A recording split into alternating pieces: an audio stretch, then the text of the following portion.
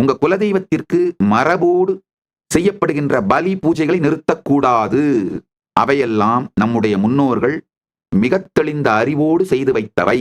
அதனால குலதெய்வத்திற்கு பலி கொடுக்கின்ற வழக்கம், பாரம்பரியம், மரபு உங்கள் குடும்பத்தில், உங்கள் சமூகத்தில் இருந்தால் அது மாற்றப்படாமல் முறைப்படி அது தொடர வேண்டும். அது ஒண்ணு. இரண்டாவது, அந்த குலதெய்வத்திற்கு பலி கொடுத்த அந்த நான் வெஜிடேரியன் ஃபுட், மாமிசத்தை நீங்கள் சாப்பிட்டே தீர வேண்டும் என்கின்ற கட்டாயம் இல்லை. நமஸ்காரம் பண்ணி அந்த மரியாதையை செலுத்தி விடலாம். அது இரண்டாவது. மூன்றாவது, உங்களுக்கு ஆசை சாப்பிட்டே ஆகணும்னு நினைச்சீங்கன்னா, குலதெய்வத்திற்கு பலி கொடுத்த அந்த பிரசாதத்தை உண்ணுவதனால் கர்மம் இல்லை. சாஸ்திர பிரமாணம் ரொம்ப தெளிவா சொல்லுது.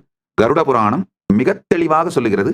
யங்கே ஸ்ராத்தேச்ச பித்ராம்ச தேவானாம்ச நியுக்தஜ மாம்சம் பக்ஷயதோ நாஸ்தி பாபம் இதி த்ருவம்.